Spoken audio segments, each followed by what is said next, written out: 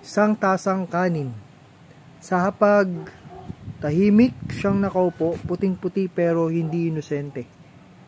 Dahil bawat putil may kwento. Kwento ng kamay na namumula sa pagbayo ng palay, ng likod na yumuyuko sa araw at ng balat na tinutusok ng hangin at alikabok. Kwento ng pawis na nahulog sa lupa at ng dalangin na sana umulan. Isang tasang kanin, para sa ilan sobra, para sa iba kulang, at para sa iba pa pangarap lang.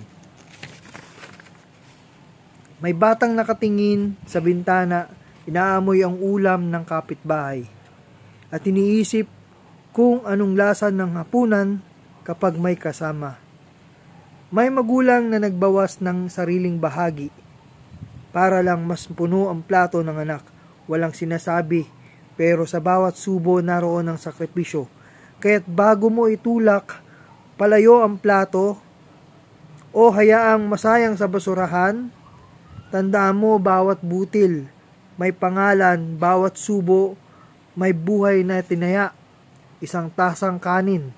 Minsan, ito lang ang pagitan ng pag-asa at pagkagutom. Magandang araw po sa inyo lahat.